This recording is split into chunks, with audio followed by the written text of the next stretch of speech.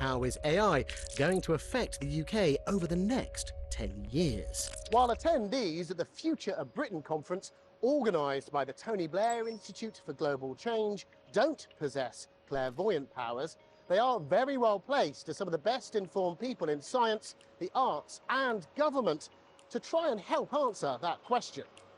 In a speech opening the event, former Prime Minister Tony Blair made it clear he believes AI is key to the UK's economic success. It will change everything, and positively, if we embrace it in a spirit of innovation, not introspection.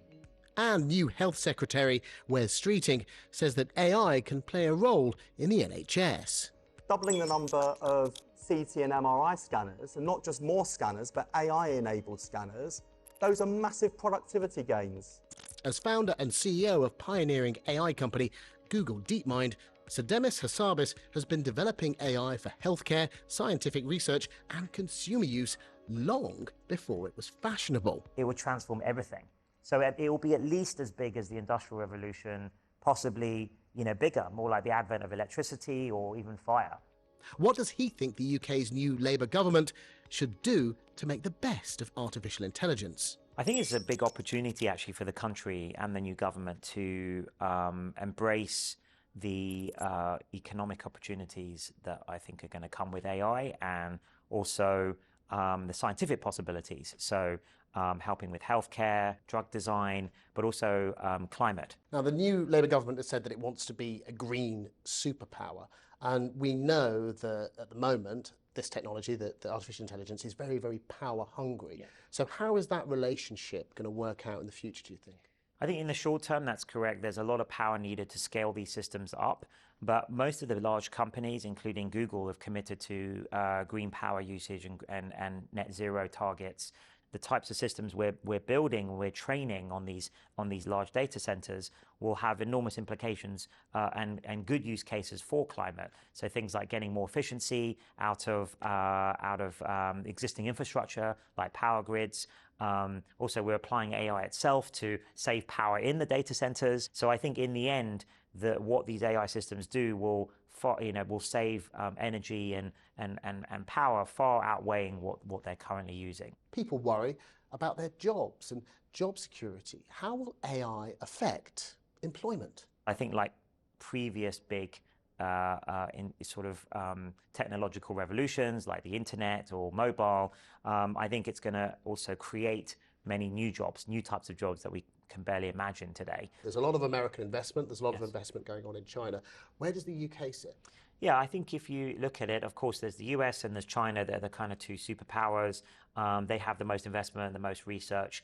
But I think if you look at the next tier, the UK is right in there in the mix. So partly to get the economic gains and the prosperity from that, but also to influence how it goes on the world stage. Okay, crystal ball moment. How far away do you think we are from artificial general intelligence? So AGI is a term that we sometimes use in the field to describe roughly human-level AI, systems that are capable of general solutions to problems, a bit like the human mind can do.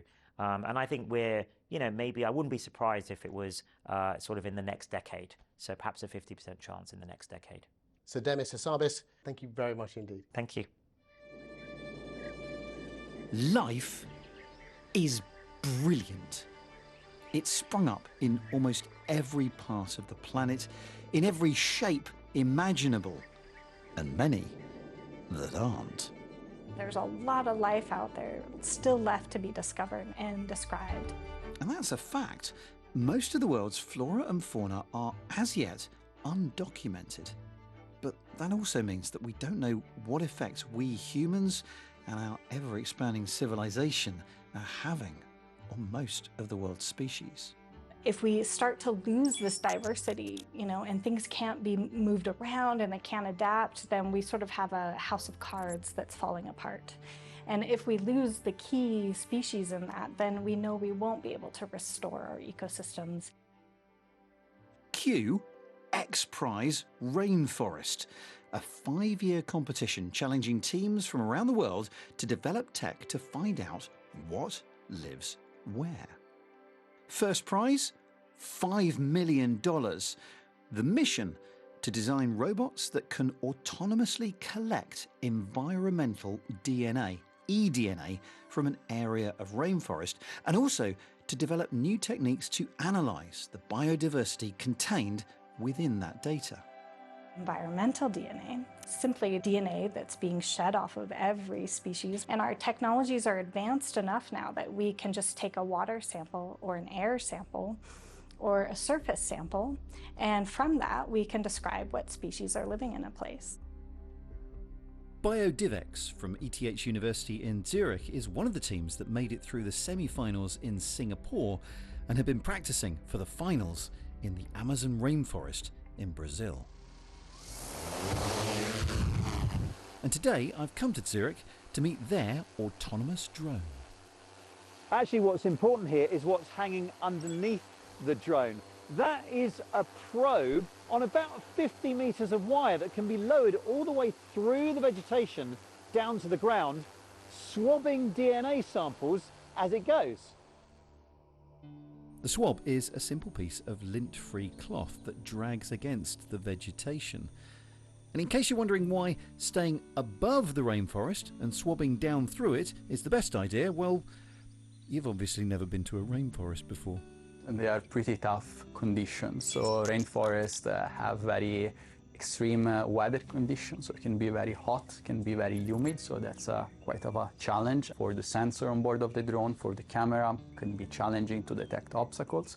And then what is very problematic is to fly eventually inside the rainforest. So this is where it's, extremely cluttered environment with many obstacles and so on.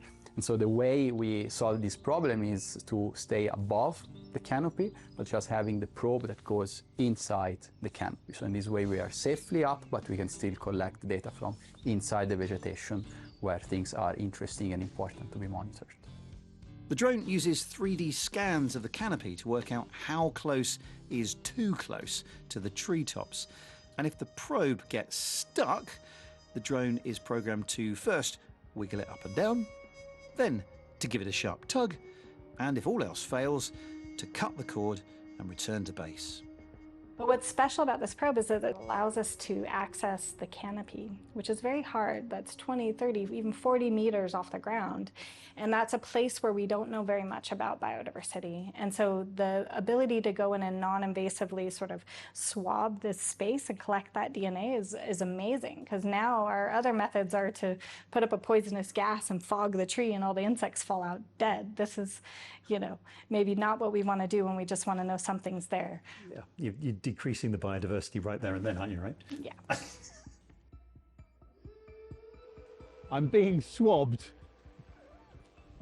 There's a lot of chemicals in this hair. That's going to skew the sample. Each team has 24 hours to collect as much eDNA as possible from 1 square kilometre of rainforest, and then 48 hours to analyse the samples. And given that most of the millions of these samples collected will still be unidentifiable, teams are also scored on how well they can communicate the diversity of life that they find. And for BioDivX, that includes turning DNA into music. And so I got fascinated by this process of being able to communicate what it is that we're finding, because as I said, most of the things we don't even know what species it is. We can't even put it in our tree of life. And so how do you communicate to people about things that they can't see and they don't know are there and we have no name for it? Well, if you give it a soundtrack, then it's a wonderful way to allow people to connect with biodiversity when we don't have other, means of communicating about what it is. Is it a case then that in 10 years' time you might revisit the same forest and the soundtrack might have changed, Yeah. and there's a danger it might have got more reduced in its variety? Mm-hmm. Yeah, I have this sort of dream that, if species are there in a place and they've all been evolving and interacting and they're in harmony, that the music from all of them together should sound good, like a symphony, right? And if it's a system that's, maybe the habitat's been degraded or an invasive species has come in, you would be able to hear that distortion because it would no longer be in harmony. The DNA sequences determine the order of the notes, but then a human composer arranges the track into something that sounds good and brings the variety of life to life. And in fact, this music you're hearing right now, well, it's composed from the DNA of a honeybee, a bioluminescent snail, and the silver thyme tree.